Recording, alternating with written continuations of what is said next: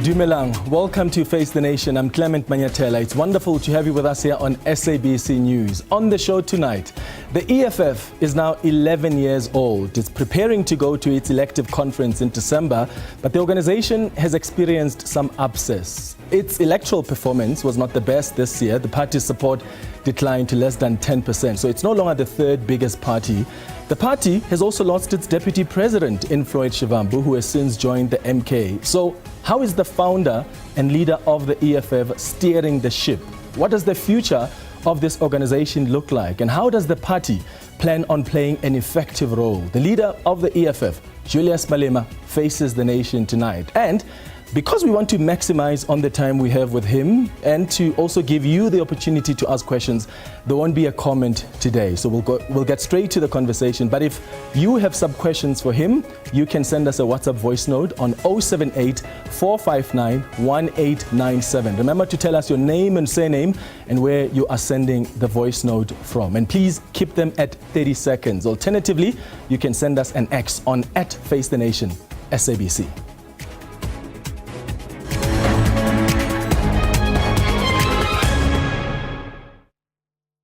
Julius Malema, leader of the EFF, thank you so much for making time for us. Thank you for coming in. Thank you. Thank you for having me. I want to start off with something that a lot of people, and I'll say including myself, have just been wondering about. How have you been since Floyd Shivambu left? Because I think it's one thing to lose a comrade, but it's another to actually lose someone you had considered a brother. And I wonder if that kind of relationship still exists. But I'll start there. How are you doing? Well, I'm doing very well. The leadership of the EFF remains intact. Although his departure was painful, but I got some sense of relief. I don't know why. It was as if I've put down some heavy load. So it's not always that bad things will always produce bad results. Perhaps at times they do produce very good results. So we're fine. We're rocking. You're rocking. Is that as the EFF? What about you and him? Is there an opportunity? No. I don't have anything to do with him. No friendship anymore? No.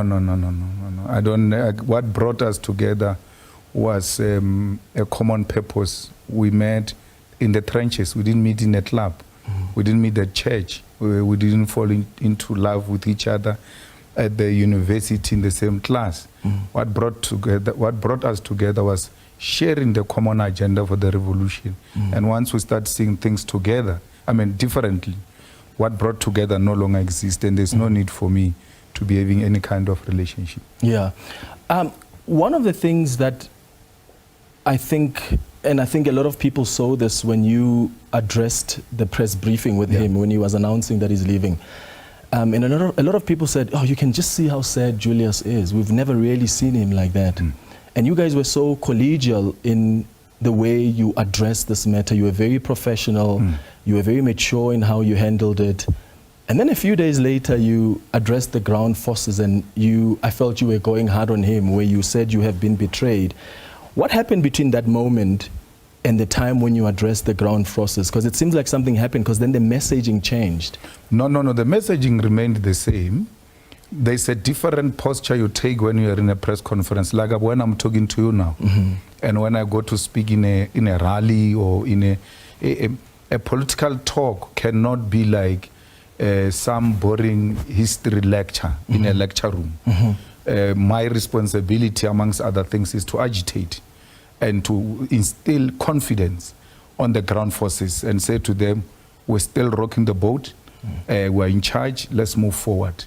So there should be a difference between the press conference and the ground forces event. But there's nothing that really is different from what we said. I said to you then, and I might have said it in an emphatic manner at the ground forces rally. I said to you at the press conference that I wouldn't have expected that from a brother. And once I say that, a word for that is betrayal. So if whether I put it in that way or in this way, it's the same. But it's water under the bridge now. Nothing of us depend on his existence. No. We are doing much better now without him. Yeah. One of the things you said at the press briefing was that this is not allowed even in the EFF constitution, but if he decides that he wants to come back to the EFF, you are going to make an exception for him. Is that offer still on the table? That was a demonstration of me not having anything against him as a person. But the EFF has got a constitution. It has got its own membership. It has heard what I said, and it will decide at that moment if that moment presents itself. But I was simply saying, I've got nothing against this guy. I've not done anything to this guy. And even if he calls on me tomorrow, I'll show up, because I will not have some hangovers but this guy, when he left, this is what happened. No. And that's what I was saying. But we are all governed by the constitution of the EFF, which says if you leave the EFF, you are not allowed to come back. And the leadership of the EFF at a CCT meeting, one after another, they said to me, hey, my guy, we heard you, but not here. So they said no, not here. You can forgive each other there, but not here. The constitution of this organization applies. And I ought to respect that, because I've expressed my views, and the leadership said, hell no. Are you not concerned about how that comes across? Because from what you're saying, this is a decision that you took unilaterally, right, about making an exception even though the constitution that doesn't allow, without speaking to the leadership. Do you not think you should have at least discussed it with the leadership and said, hey guys, this guy wants to leave, but because he is, as you've said before, the brainchild of this organization, what do you guys think of this? Because you are a leadership collective. I would imagine Julius Malema himself can't just make exceptions about the constitution of the EFF. Well, a person leaves a day or a night before.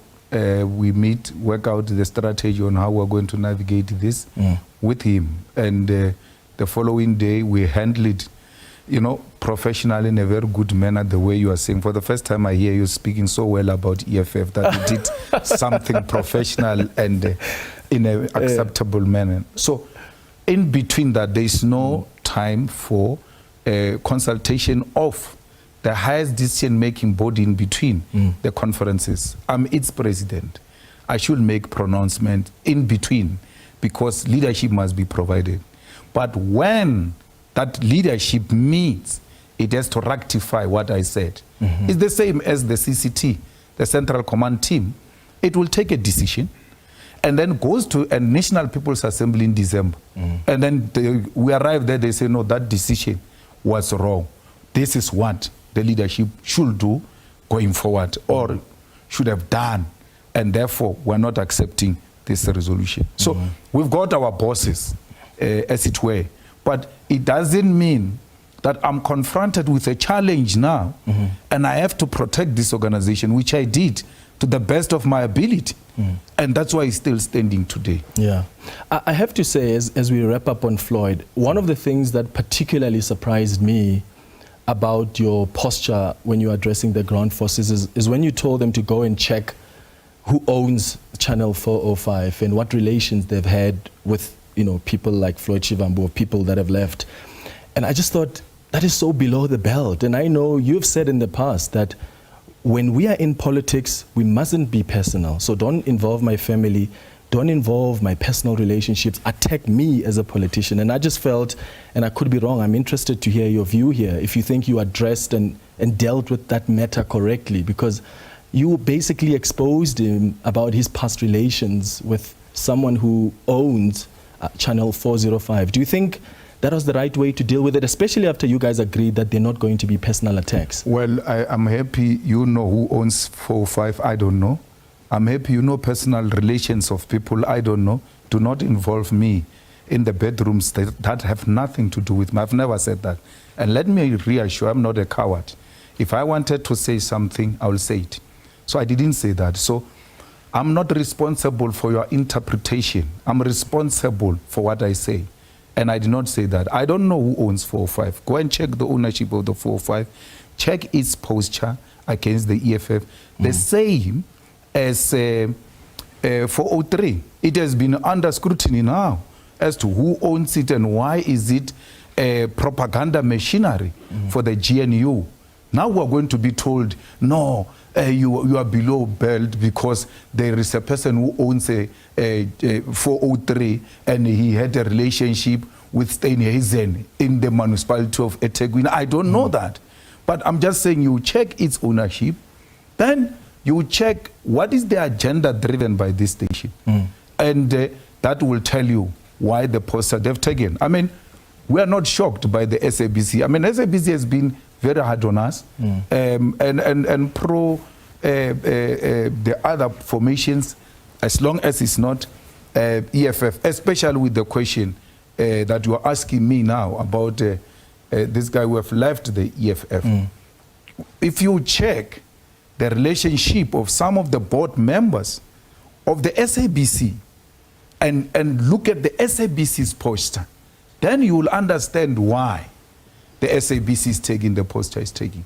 So you ought to know every existing material evidence that will give you direction of where we're going. So, and we've always spoken, even in his presence, about the ownership of 405.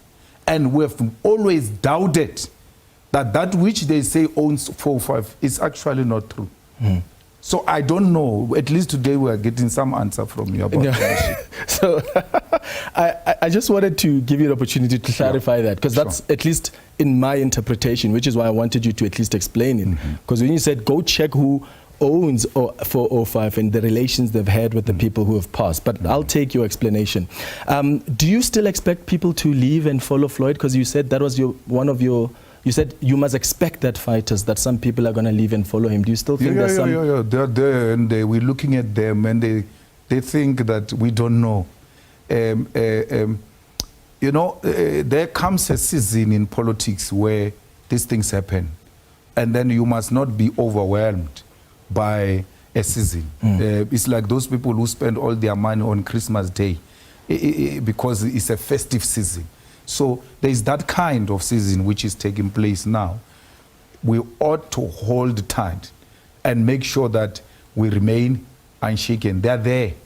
It doesn't matter what they say from their mouth. It doesn't matter what song they sing.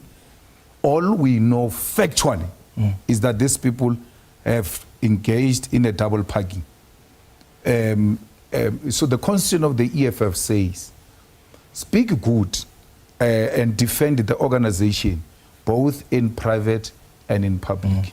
And then you go speak very bad about the organization in private and then plot its leadership. You know, what is holding some of them is the coming NPA, that they should blackmail us into electing them.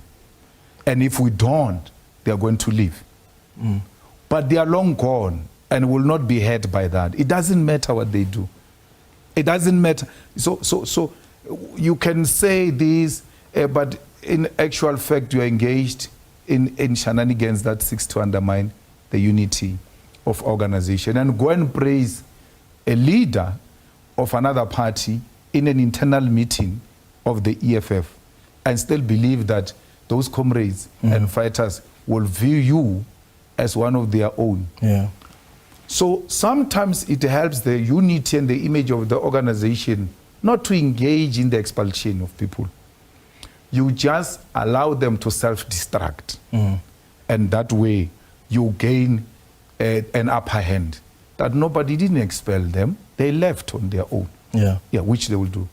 And that brings me then into the People's Assembly, because you're mentioning something about the threat that some of them are making, that maybe if they don't get elected, then they're going to somehow use some influences to try and bargain for positions. Are you expecting the People's Assembly in December to be a bruising contest for the EFF? Not where I'm in charge. I'm in charge now. And I'm going to make sure that I defend the unity of this organization and its existence. I do not care of any critique that will come because it's disappointed from EFF that emerges united in Nazareth. EFF is not going to die in Nazareth. We're going to a conference, we're going to account, we're going to elect leadership. We are one of the few organizations that do that. And even when we try to protect that internal democratic process, we're still called dictators. But people say they will never go to conference. People say, yeah, they appoint leaders. No one tells them anything. They get praised everywhere. EFF is the only one that gets told, no, you can't do this. We're going to do what we think it is in the interest of the EFF, and we don't care who says what. We care about the branches of the EFF now. Yes, this is the period where we must defend our movement and not listen to our detractors. We have to defend the EFF. And the bad thing with the constitution of the EFF, and like any other constitution, it doesn't deal with the period of infiltration. What happens when the organization faces infiltration? The organization has got its own president. And the good thing with our president is that he's a founder of this organization. And where there is a absence of constitutional provision on how to deal with this, the president must intervene, and the president will intervene. Yeah. What is your relationship now with Mbuyiseni Ndlozi? I'm sure you've seen the suggestions people have been making since you addressed the ground forces, when you said some of the leaders are quiet and some of their partners have liked tweets, and you know about the Twitter detectives who've gone and found some of the tweets that were liked by the partner of Mbuyiseni Ndlozi. Were you referring to him when you were making that statement? And what's your current relationship with him now? Our relationship has always been an organizational and political relationship, and it remains like that. And I've not seen anything untoward, because even in Parliament, where we meet the most, we're working together. We meet almost every Monday, especially now with the preparations of the NPA. He's there, he's given tasks. He executes those tasks to the best of his ability. Nothing has suggested that there should be some sour relations between me and Dr. Ndlozi. But you ought to be aware that when we speak in the political event, people will always try to align the messaging with certain individuals. So meaning they will try to give it a face, even if there is no face, and then try to drive a wedge. And where you find the weak leadership, they go separate ways. But there are leaders who in the EFF, and they know themselves, and for the sake of the unity of our organization, we shouldn't be speaking about their names, who have kept quiet. Including and have Mbuyiseni Ndlozi. I mean, Mbuyiseni Ndlozi has not said anything about Floyd since he left, between Floyd leaving and you addressing the ground forces. He has said something, unless you're saying he didn't say it to you, the media people. If you asked him, if anyone asked him, I've never heard him being asked about that. On Twitter? But because you said there are certain leaders who are busy tweeting, who always tweet, but now they're quiet. It's his choice. I mean, I'm happy you are able to see that he has not tweeted. I have not been checking that. So all I'm saying is that he has expressed himself about this matter. To me, he has expressed himself internally in the organization. And he's writing his own history. Everybody writes his own history. But you said to me earlier on that the EFF expects its leadership to defend this organization, not just internally, but publicly as well. He hasn't done that. He has done that. Publicly? He has done that. He has been at the occasions where the organization ought to be defended, and he defended the organization. Even on the issue of Floyd? Well, I've not heard him say anything about the issue of Floyd, but the Constitution does not say on Floyd, defend the EFF internally and externally. It says the organization has to be defended both in private and in public. So if he has chosen not to say anything on Floyd, it doesn't mean he has not defended the organization. Where he gets an opportunity, which he does very well in Parliament, he defends the integrity and the image of the EFF. Yeah. The Mail and Guardian reported earlier this month that there are some EFF provincial leaders that are calling for the party's constitutional change to abolish the deputy positions. Is that something that you think can work well in the organization? Well, that suggestion came to me, but I've never been in an organization where there's no deputy president. So I'm very reluctant to do or agree with things that I don't know. So some people were saying to me, we need to establish the union, trade union, but we can't establish two organizations at the same time, because now I've never been in a union.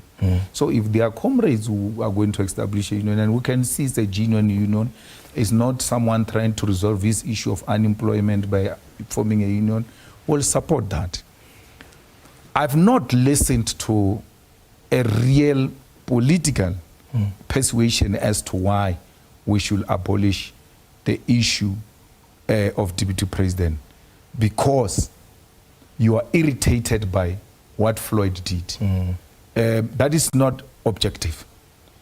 So you can't make rules based on Floyd for future leaders of the EFF who have not done anything wrong to the EFF. So you can be angry now with Floyd and be angry with whatever that he was occupying, and then say, no, he must go with everything. No. It's what irritated you now, but it can be a long-term solution. What happens if Julius Malema is unable to discharge this responsibility tomorrow? It means we're going to kill each other on that evening, because there is no one who the Constitution then immediately mandate that where the president is incapable of discharging his responsibilities, you have to come in. Yeah. So that creates a room for serious contestation and potential split in the organization if the Constitution does not resolve what needs to happen going into the future. Yeah. Deputy president is not succession. Being deputy president does not mean you're going to be president. Being deputy secretary general does not mean you're going to be secretary general. So you deputize in the absence of those you are deputizing. You are not even an assistant. You're not an assistant president. You are a deputy. You've got your own responsibilities. And you get assigned certain things. You don't interfere with what your principal is responsible for. Yeah. And in terms of succession in the organization, and I know names are being bandied around now. Some people feel Mbuyiseni Ndlozi should contest Secretary General, the position of Deputy President. What confidence do you have in the current leadership and the possibility that they may return, including yourself as it is? Are you more open to, as a Democratic Party, obviously you allow anybody to contest positions. I just want to get your thoughts on the current leadership and the possibility of them returning, being re-elected, and also some of the names that are being mentioned to occupy the position of leadership in the EFF. I think they all qualify.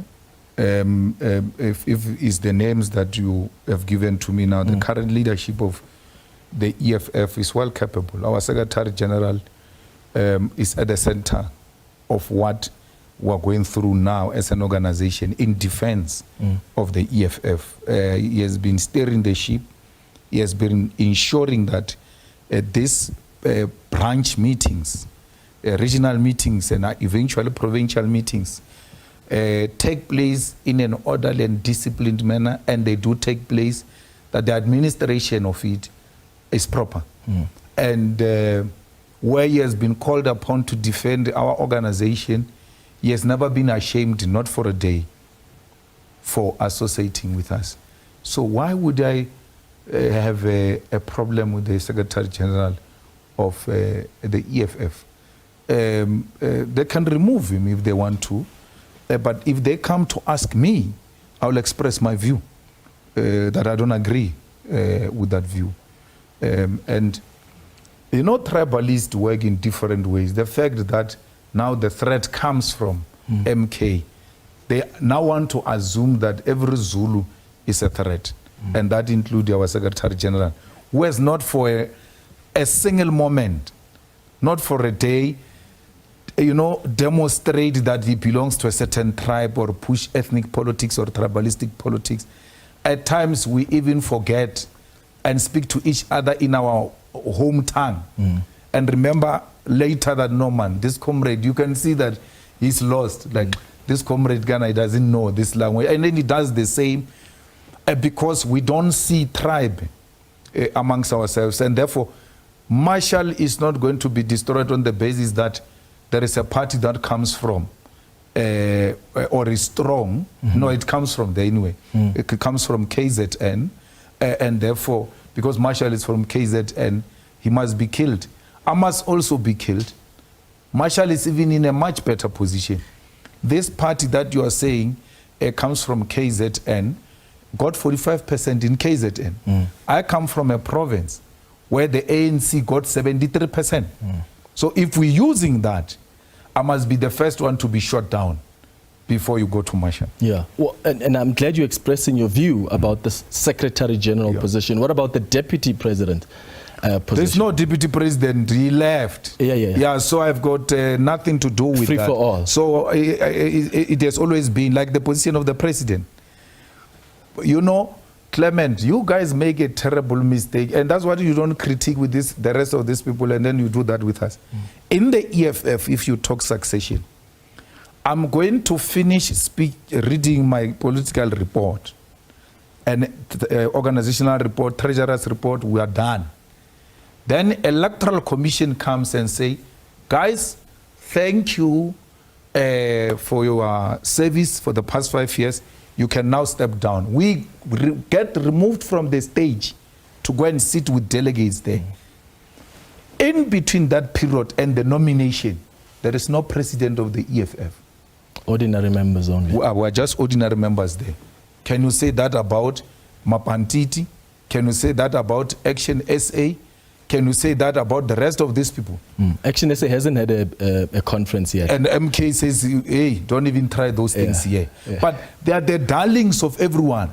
Malema is going to be told, you must now step down so that nominations can take place. That weight, none of these parties have ever had. Yet, they are not dictators. They are not called all sorts of names, which we accept because we represent a direct opposite agenda of what the establishment is actually looking for. Yeah, and I won't speak for the rest of the media, but for this show, we did criticize. In fact, my comment a week ago was about parties that are not even planning to have and I referenced the EFF as the best example because you were founded in 2013, 2014 already. You had an elective conference. You indicated that branches that didn't get 10% of the vote share won't be allowed to participate at the conference. Just please expand more on that. So when you go to a conference, you say a branch in good standing will be 100 members who have paid up their membership fee, who are registered voters, and that branch should go and elect the branch leadership if it doesn't have a branch leadership. If it does have a branch leadership, then it will nominate a delegate. So it's a criteria which it is left to us as the leadership of the EFF. So you look at those branches that have 100, the BGAs, BPAs, and then you say one delegate, and then you use a zebra approach, and you say, can't we come up with a criteria where we reward hard working? So then we say, okay, you are a branch of the EFF, it's okay, but you don't qualify to go to a conference. Because a requirement of a branch for you to be recognized as a branch is not that you must go to a conference.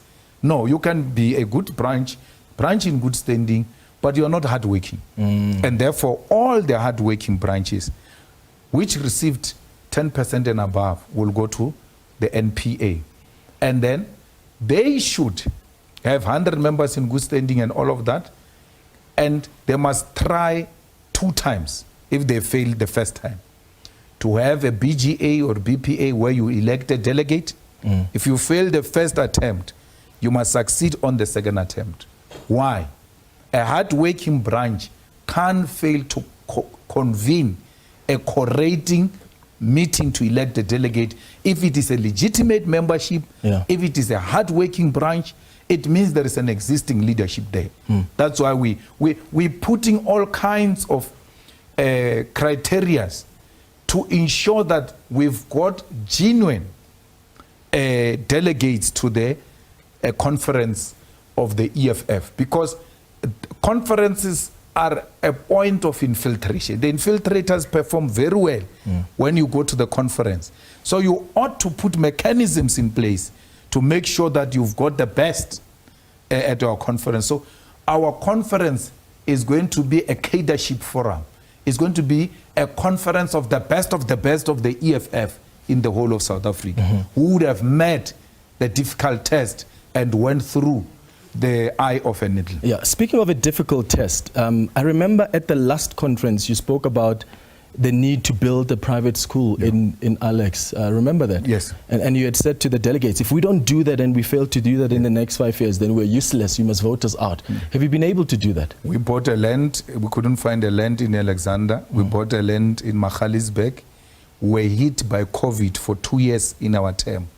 We're not allowed to do anything. We came back. Now, when we came back from COVID, our plans have been stuck at the Mogale City Municipality. So I can't construct a school without approvals, which I needed to do in that 2 years. Do the drawings, do the approvals. How do I do that? But the land is there. And that, I didn't say this for the South Africa. We were saying this for the membership of the EFF. We are going back in December as leaders who are not scared to give back that feedback. This is who we are. This is where we started the process. This is where we are. The incapacity of the ANC municipalities and the racism of Magalies, which objected to us building a school there, is what we are dealing with.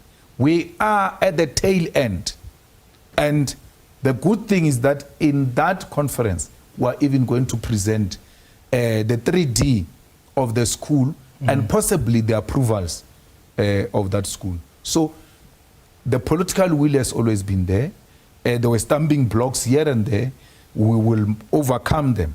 And there will be a school, and that school will be called Winnie Mandela Combined School. All right, we're going to take a quick ad break. When we come back, we still have issues to discuss around the party's electoral performance, the role of the EFF as an official, as the opposition party, particularly there in Parliament, how they're holding... Well, the MK party, no. MK party is the official opposition. You're no longer the second biggest party or third. So all that coming up, also his views on the GNU. But please send us your WhatsApp voice notes with some questions. I'll get to them when we return. Stay with us here on Face the Nation.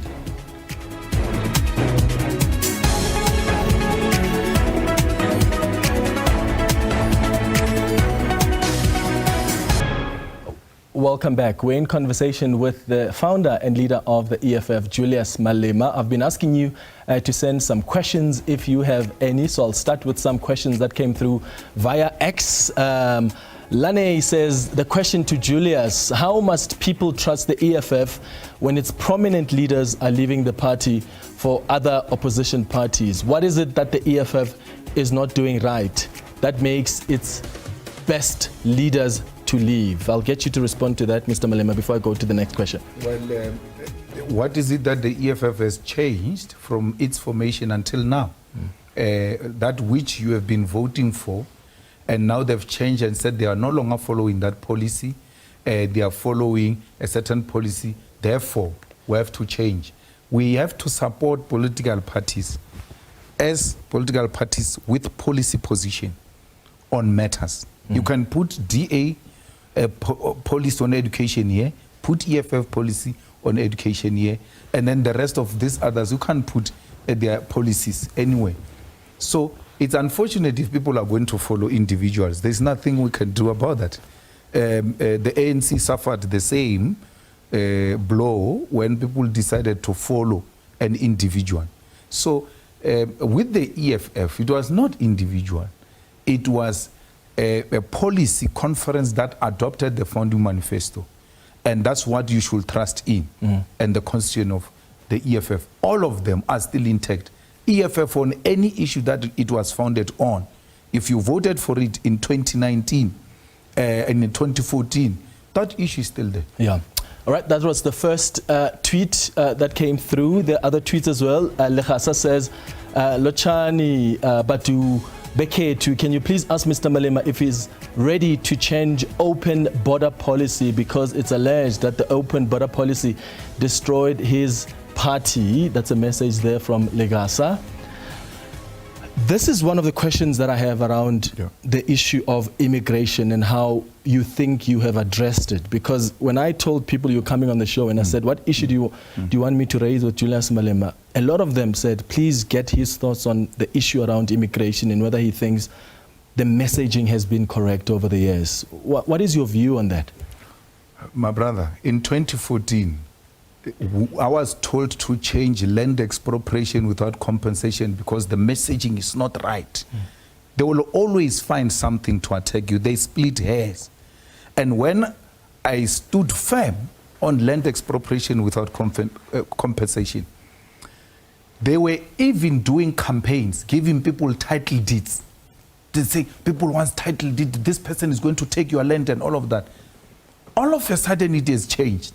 It's no longer about the land. This open border policy was there in 2014, was there in 2019, but it didn't work. What else can we find to attack them? Whether me and you like it or not, there are no borders in South Africa. That is just something written for formality on the founding manifesto of the EFF. There are no borders, my brother. I can tell you, it's like we behave like a mad person who has got a shack and a yard. He's given a stand with a shack.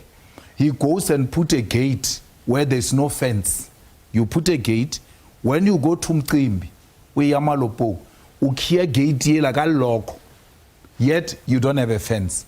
When you come back and unlock that gate and open. Your neighbor is looking at you. He's like, what is this? Gate and Mackenzie was running all over Limpopo River, saying he's chasing Zimbabweans who are crossing into South Africa, almost eaten by crocodiles for doing that.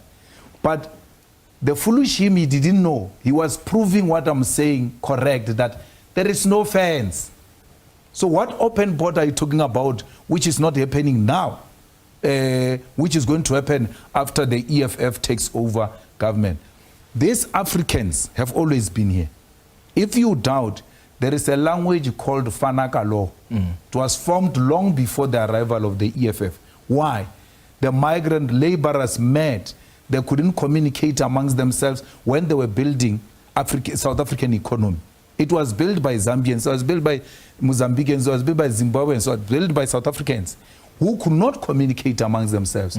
They formed a language, Fanaga law. Where was the EFF when these migrant laborers were here? I'm just saying, we must not find ourselves behind time. The EFF is being punished for being ahead of the times. We say things now, you guys come to appreciate them extremely late because we're too far in thinking. So, and these Africans, when you needed them, they were there for you. The frontline states were there. People got killed in Lesotho. People got killed in Mozambique. People got killed in Swaziland, in Botswana, because they were suspected to have been harboring the terrorists, meaning your liberators, your liberation movements were alleged to have headquarters in those places. Someone says, don't tell us about Nigerians. You even go to an extent of saying Nigerians gave us money for our liberation. It's true. From the civil servants of Nigeria, monies were deducted from them to support the liberation of South Africa. So today we are in a comfortable place. We say we don't want them. The EFF agrees that we don't want undocumented people in South Africa. How can we say South Africans must get IDs and then welcome people who are not undocumented? Everybody has to be documented so that if any wrongdoing happens, for whatever reason we are looking for you, we need to find your location. Yeah. So we need to find a way. They are here already. You go and put them in Lindela with our state money, which you are saying it's supposed to buy medicine. We pay buses. We take them back. They come back the following day, not next week. So what would be your solution as the EFF? The solution is let's go and document these people. So don't deport them, rather find a way to formalize them. We need to document them, because whether you like it or not, my brother, they are here. You know what they do in December? They hand themselves over in Lindela so that they can go and eat Christmas at home. And then in January they come back. That money could have been used on some feeding scheme to feed the children of the poor or in the clinics. The reality of you are in denial. There's xenophobic people are in denial. That's a problem. They are in denial that these people are here. They think they are still coming. Yeah. They are not coming, they are here. How do we deal with that? What about the issue of scarce resources? Because you know about the unemployment in this country. And what government is trying to do is also make it difficult for foreign nationals to have jobs here. Not necessarily make it difficult, but you need to find a way so that you don't get a helper or anybody else where there's no scarce skills who gets a job here without considering South Africans first. So how do we deal with the issue of scarce resources? Because when you've got all of them here and you're saying let's formalize them, we don't have jobs. So the competition is high. So you're going to have South Africans that are without jobs. Some of the jobs are really taken by some of the foreign nationals, whether they're here legally or not. I've never had a country where it says it doesn't want to grow. Numbers matter when it comes to geopolitics. China, it is what it is because of its size of its population. But its economy is growing very well. Ours is not. Because the leadership is working. Let's industrialize. Let's make sure that manufacturing grows in South Africa. Let's create jobs. But all I'm saying is, you are saying these people are coming to take jobs. Which jobs are you talking about? Because there are no jobs that South Africans are accepting which are a reflection of slavery. These people are being enslaved here in South Africa. And when you say they've taken South Africans' jobs, you are saying South Africans must be enslaved. These are not jobs. These are slaves' jobs, which South Africans don't want to work abnormal hours, to work under difficult conditions, and don't get paid, and don't have rights. So no South African wants that. At the level where it's a required skill, South Africa makes it very clear that we must give preference to South Africans who've got the similar requirement. Unless we don't have artisans, then we go and fetch from other countries. We're going to chase these people out of South Africa. Tomorrow, the whole plumbing system and sewer system of South Africa will go into a blockade and will not be in a position to help ourselves because we don't have artisans. Yeah. The whole of South Africa will go into electricity crisis because you chased away the electricians. But we do have South African plumbers and South African electricians. But they are not enough. They can't meet the demand. It's like saying we produce chicken in South Africa, therefore we can't take chicken from South Africa. We don't produce to the capacity of the demand of South Africa. So all I'm saying is, where a job is given, a South African with same qualifications should be given a preference. We cannot prefer a person who's not a South African to the one that is going to pay tax in South Africa. And that is not what we are dealing with. I want you to present any stats to me that says, if we deport these foreigners, so many jobs are going to be created. Look at what's happening in education. We are retrenching educators. Not because foreigners have taken the positions of educators. We don't have the political will to sustain those jobs. As a result, they're going to be lost, not because of any foreigner. The steel factories have closed down, not because of any foreigner. The Infrastructure in South Africa is decaying because there is no leadership that wants to look after that. It's not a foreigner.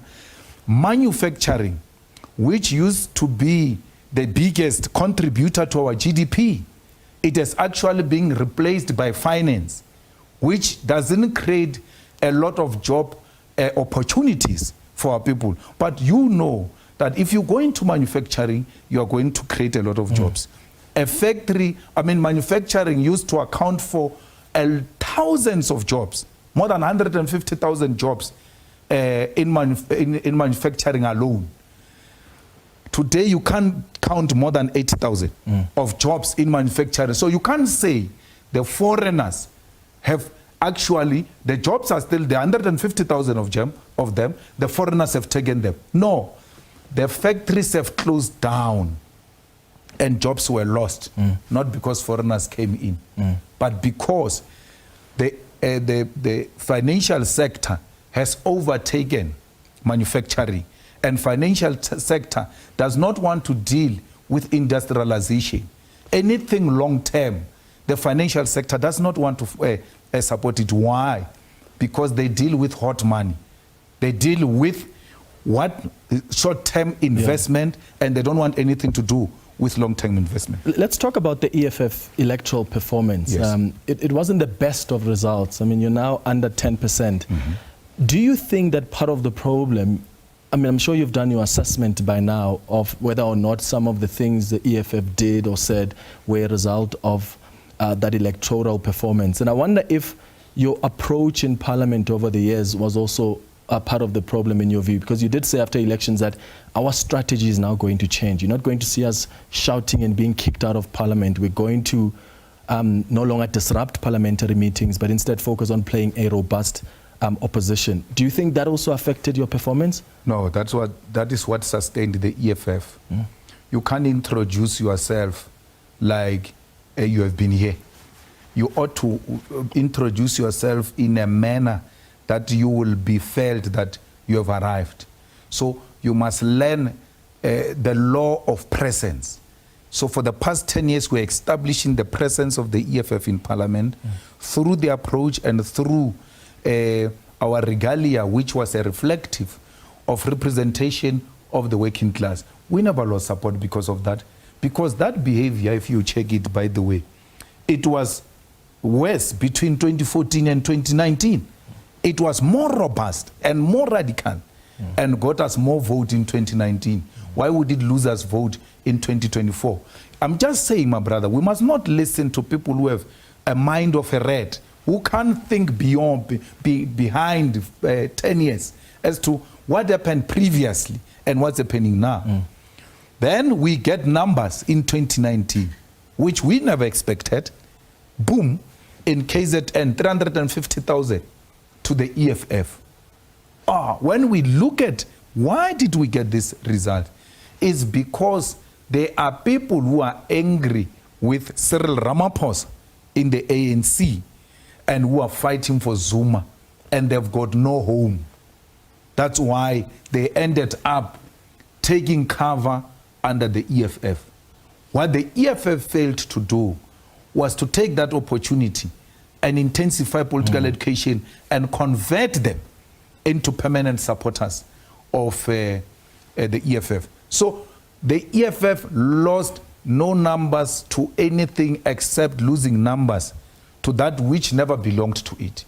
And EFF did not take effort to win it over. It just took it as obvious that these people are ours. Whereas when Marshall was giving us results in KZN, in 2019, we were actually shocked. He says we passed 100,000. We passed 200. I said, don't play such games. He said, hey man, we're coming this way. So we were shocked in 2019 by KZN performance the same way we're shocked now by KZN performance. No policy position. So let's take open borders. Why Mashaba did not get 10%? Because your measure of success, all of you, is 10%. That if you support an open border where there is African unity, you lose vote. Why didn't Mashaba get the votes? Why didn't get the Lepantiti get the votes? Because he jumped there, almost fainted. Mabahambe, mabahambe. He got nothing close to 10%. Mashaba and Gaten Mabahangbe group combined still don't come close to the EFF. But they're not as old as the EFF. And they still did not get what the EFF got when the EFF was their age. Don't forget that. So you must compare those things. Yeah. Don't be ahistorical. Yeah. Let's talk about so how do you crystallize that support though? Because the MK party really ruffles feathers now. Yeah. A lot of parties, including yourselves, are feeling. How do you go back to the drawing board? My guy, we lost less than 1%, but you guys are projecting us as if we lost 17%. The ANC lost in this election, but the ANC is being covered with the face of the EFF, the same thing you did with VBS, to put the EFF to be the face of VBS and not the ANC. The ANC lost big time. The EFF is going to regain its lost ground because the EFF, its policy and its leadership did not do anything wrong to offend South Africans. If anything, we're working very hard and we're the only organization that works very hard for South Africans. None of these organizations put boreholes. None of these organizations renovate old age homes. None of these organizations, as organizations, take children to schools, re-gravel the roads, try to patch the potholes, try to create some bridges for our communities. The EFF does that. None of these people do what we're doing. Speaking of EFF, it's also a matter that has come out a lot for the organization, even before the elections post. There's now an affidavit by Chief Matodzi, and you have spoken already responding to that in some way. The question I have, though, is when you look at Sgamega, right, as a company, have you personally received any monies from Sgamega? Because Sgamega was doing business with Vele Investments. Vele was receiving money from VBS. Did you personally receive, or any of your family members close to you receive any monies from Sgamega? As a neutral, journalist, you should be knowing that I was cleared by Parliament Ethics Committee. All of this, that which you are asking, were alleged and sent to Ethics Committee in Parliament, where the ANC was still in majority. They still could not find me guilty because I've never done anything wrong. None of my families have ever done anything wrong. If anything, I said in that Parliament that you are talking, and I was saying this to Kumbuzu, you are talking about VBS. You want to know more information, what is VBS? Ask the minister next to you. And I was referring to Thembi Nkadime, who had taken money to VBS, and today she's in trouble. You know why she's in trouble? It's not because of VBS, because she went to fight for the independence of the NPA. Patoi wants to hand over NPA to those guys of Zondo Commission. They want recordings of Zondo Commission from her. They want all types of things. And Batoi wants her contract extended. And when Thembi put her foot down, they went for her. Because those guys who were leading, I don't know, they were like the prosecutors of Zondo Commission. Evidence leaders. Yeah, evidence leaders. They are now working for NPA after they referred the Zondo Commission report to NPA and said, guys, you'll decide if you want to prosecute or not on that side. Then they go and catch the javelin on the other side, wanting to prosecute the people. They said, we are done with them, you will make a decision. So she says, how? How do you do that? Okay, the recordings. She says, give me, recordings is these things of spying. They were spying on us, listening to our phones, listening to, listening devices and all of that. All of that, the custodian of that is the Department of Justice. So she has put those things safe under whatever administration. But Toy says, bring all the recordings to me of the Zondo Commission. She says, no, it doesn't work like that. You say, I want Clement's recordings, and these are the things I want in the recordings. Yeah. The Department of Justice, they've got their own mechanism. They go and listen, take only that part, and then give it to Batoi. We don't want to know your girlfriend through Batoi because you'll be hearing the things she's not supposed to be hearing if she gets all the recordings. Yeah. So they want to kill her because they want Gwede, they want all of them and all of that. We don't have a problem with that. But they are now using VBS as a smoke screen. She did not commit VBS now as a Minister of Justice. Why was she not the face of VBS when the EFF was the face of VBS? What happened now for them to go for her? Because she came from that VBS arrangement in Polokwane to become a Minister of Kokta. Is it allowed that you can be a Minister of Kokta even if there are allegations of corruption, but not Minister of Justice? Where were these allegations? What about Brian? I mean, I don't know if he's a member of the organization, but he's had to pay back over 4 million rand back to people who are handling what's happened with VBS now. You are the people that are fighting for those that have benefited anyhow to be held accountable. Have you asked Brian the questions like that, Floyd Shivambu's younger brother? No. It's not my place. Why should I go around asking members about what they are doing? You are right. You are saying people are being held accountable. And when I heard that is paying back the money, that is part of being held accountable. Zuma paid back the money. Zuma also paid the VBS, if he did, a bond, which he got. Naledi Pandor was also in the VBS bond or something, which she was there. They are your darlings. You will never know their names. You know the names of those you don't like to demonstrate there's no principle. Many names, a lot of names are there. This is just used to blackmail people. When they try to speak, they say, we'll release this thing about you. So if he paid, good for him.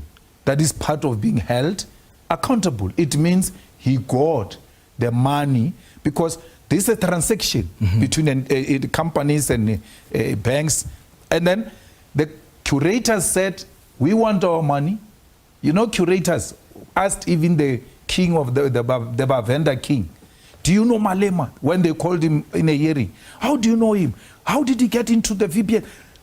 And he came back shocked that, how do I get questioned half a day about you and how I know you when we have because it was a political witch hunt, which I defeated, which I will still defeat. They are going to come out of that thing of VBS one by one.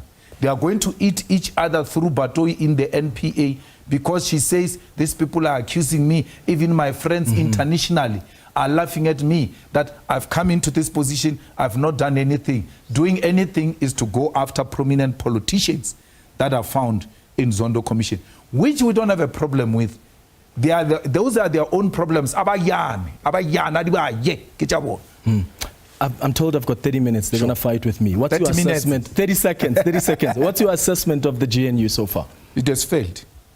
How can a minister not go to a place where the president is signing a bill? That is bringing cabinet into disrepute. The president should have fired that minister there and there because when you are there, you are no longer serving the DA constitution.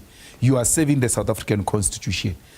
This has failed even in practical terms, not in theory. The Bella Bill exposed these people for what they are, a marriage of inconvenience, a DA-led government. It's not an ANC-led government. It's a GNU. Helen told you, where I went to him, he said, let me lie to them and say it's a government of national unity because if I tell them straight that it's me and you, they are not going to agree. So it has failed, whether they are in denial or not, it has failed. They are going to fight on NHI. They are going to fight on NPA because the reason why you see the Communist Party taking a posture it is taking, you must just look at where does Gwede Mantashe stand in all of this. Right. That's why the Communist Party does not agree because they know there is a crocodile waiting to swallow them. Julius Malema, thank you so much for making time for us. Thank you for having us. And thanks to you for watching the Tuesday edition of Face the Nation. We'll be back with you on Thursday at 8 p.m. Have a good evening. Cheers.